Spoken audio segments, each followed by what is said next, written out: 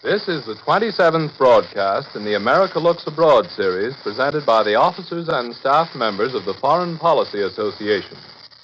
This nonpartisan organization, open to all who are interested in American foreign policy, offers accurate information on current world events. In the world of today, foreign affairs are your affairs. President Roosevelt, in his message to Congress on Thursday, said, "Let us examine without self-deception the dangers which confront us." Mr. William T. Stone, Vice President of the Foreign Policy Association and Director of its Washington Bureau, will speak to you from the nation's capital. He will discuss America and the European crisis. Mr. Stone. Good afternoon. The great battle for supremacy now joined in Europe has brought the United States to the threshold of momentous decisions. To measure the change which has swept over Washington since Germany launched her attack in the West, it is only necessary to ask a single question and to compare the answers with those given 6 months ago, a month ago, or even 2 weeks ago. The question may be put in several ways, but in essence it is this: how would the vital interests of the United States be affected by a decisive German victory? 6 months ago, both Congress and the executive were whispering the question, but evading the real issue which it raised. At that time, almost no one in Washington believed that a decisive victory by either side would be possible for a long time to come. The policymakers at the White House and the State Department had already made up their minds about where our vital interests lay. President Roosevelt had warned that this nation could not hope to find security for itself or its institutions if the rest of the world should be dominated by force. And his foreign policy advisors at the State Department were proceeding on the premise that our own interests would be very gravely jeopardized in both Europe and Asia by an Allied defeat. But Congress was still reluctant to accept the premise and questioned whether our real interests were directly involved. It approved the president's program of measures short of war, but only on condition that our aid to the Allies was kept within the limits of technical neutrality. A month ago, the question began to be asked openly when the invasion of Norway and Denmark brought home the gravity of the Allies' position. Congressional opinion began to shift, and many who had denied that this country had any vital concern in the outcome in Europe began to revise their earlier estimates. But even then, the shift was not decisive. Today, the trend is unmistakable. The direct effects of the events of the past few days are seen on every hand in the huge emergency defense program moving swiftly through Congress, in the hurried consultation between the diplomats of the American Republic, in the landing of Allied troops in the Dutch West Indies, in the sending of American consular officers to Greenland and Iceland, in the retention of the United States fleet in Hawaiian waters, in the overshadowing of all domestic issues in Congress, and in the growing atmosphere of strain and tension here in Washington. The issue which is now shaping is not whether this country is concerned with what is happening abroad. That is now conceded. The issue posed by President Roosevelt in his message to Congress last Thursday is how to organize our own first line of defense in the face of new dangers. The external dangers are only too clear, but there are internal dangers too. One immediate danger is that we will give way to hysteria, and that decisions will be taken in panic rather than by considered judgment and a cool appraisal of the situation which confronts us. Now, in appraising our position in relation to the present crisis, it's important to keep several key factors in mind. The first key factor is time. Another is our insular position between two oceans. And still another is the productive capacity of American industry. Time is an important factor in all calculations affecting both national defense and foreign policy. During the past few days, the Nazi war machine has obliterated Holland, overrun most of Belgium, and broken through the little Maginot Line to penetrate deep into France. Many qualified military experts in Washington believe that the great battle now raging on the Western Front may be the decisive turning point in the war, and that the issue in this battle may be decided within the next 2 weeks, possibly even within the next few days. But if the issue in Europe should be determined in the next 2 weeks or even in the next 6 months, there is very little that this country can do to affect the outcome. The new National Defense Program cannot be put into operation overnight, and the production of 50,000 airplanes is likely to require anywhere from 18 months to perhaps 2 years. On the other hand, if the German offensive can be checked, if it fails to produce an overwhelming victory before the end of this year, the time factor may alter the situation in several ways.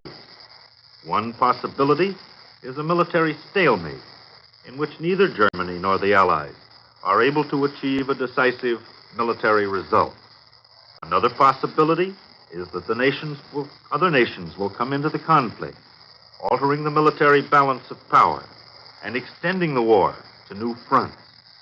Still another possibility is the break in civilian morale within the warring countries following a military setback. Now, in writing his message to Congress this week, President Roosevelt obviously took these time factors into account. He underlined 2 primary objectives. First, the long-term objective of providing the essential equipment for a vast expansion of the land, naval, and air forces. Second, the short-term objective of increasing the productive capacity of American industry, particularly the aircraft industry, as rapidly as possible. He said very little about how the expansion of airplane production would be used in the short run, but he clearly implied that this country has a vital interest in the successful resistance of the Allies, because it will take us a long time to organize our own defense effectively. If the Allies cannot make a successful stand, we face the task of defending our interests single-handed in the Western Hemisphere. Therefore, one of the most significant statements in the President's message was his warning to Congress not to take any action which would in any way hamper or delay the delivery of American-made planes to the Allies. This means that the first step in the program will be to sell the Allies all the planes and all the equipment and all the war materials that we can produce in order to gain time to expand our plant capacity and to build up our defense in case of their defeat. If this extension of the policy of measures short of war is to prevent an Allied defeat, however, the rate of production will have to be stepped up enormously.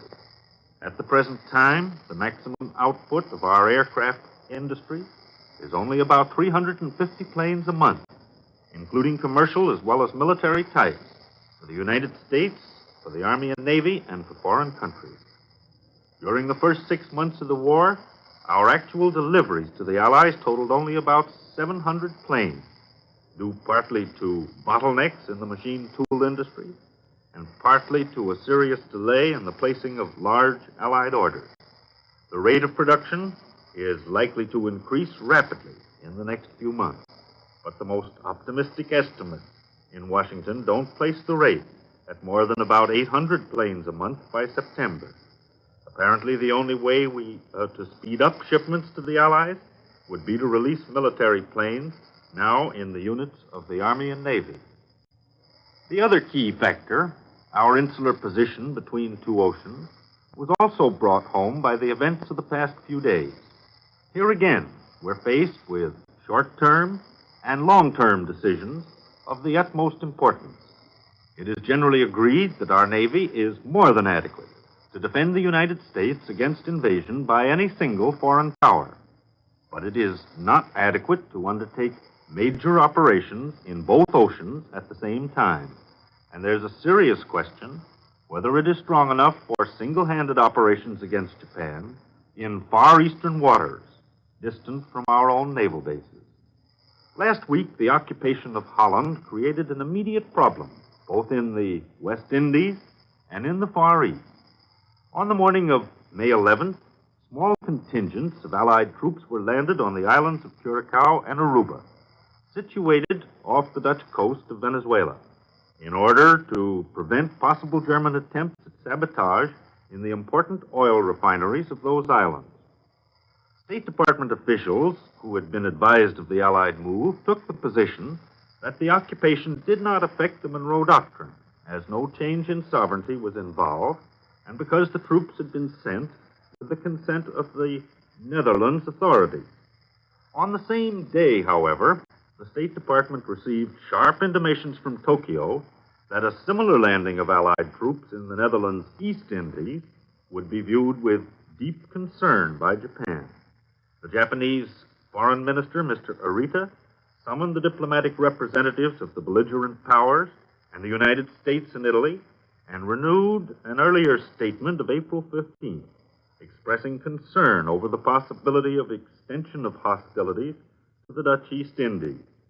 He did not say flatly that the landing of Allied troops in the East Indies would constitute a violation of the status quo, but Mr. Joseph C. Grew, our ambassador in Tokyo, wasted no time in communicating with Mr. Hull in Washington. As a result, Secretary Hull at his press conference on the same day reaffirmed the desire of the United States that the position of the Dutch East Indies should not be altered.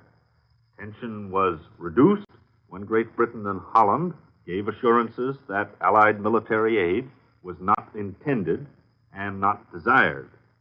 But the issue in the Far East remains critical, more critical perhaps than most Americans realize. The United States is concerned about the status of the Dutch East Indies because it is our chief source of supply for two basic raw materials, rubber and tin, and our Navy is being kept in Hawaiian waters. Japan is concerned with the Dutch East Indies because she depends upon them for oil, and her Navy is concentrated in the Western Pacific. Now, as long as British sea power remains unbroken in the Atlantic, the United States is in no immediate danger of attack on the continental United States, on the Panama Canal, or the east coast of South America, and we're free to keep our fleet in the Pacific Ocean. If British sea power should be broken, however, either by decisive German victory or by attack from the air, we would face new and very formidable problems. Then this country would be called upon to undertake the single-handed defense of the Western Hemisphere. This is the long-term prospect which confronts the United States in the event of a decisive and overwhelming German victory. As a military problem alone, it is not insoluble. Hemispheric defense is possible, and a two-ocean navy can be built, if necessary, to provide an impregnable defense for the United States and for America. A continental defense program was urged last week in the report of the Senate Naval Affairs Committee, headed by Senator Walsh, which argued that a policy of armed isolation would be infinitely less costly in the long run than allowing ourselves to become engaged in the war in Europe. But in either case, we face a series of difficult adjustments with regimentation and concentration of economic and political power at home.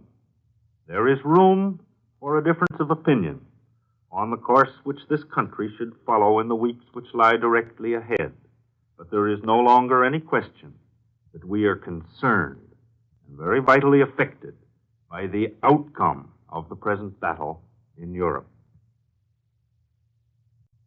Mr. William T. Stone, Vice President of the Foreign Policy Association and Director of its Washington Bureau, was today's speaker in the America Looks Abroad series.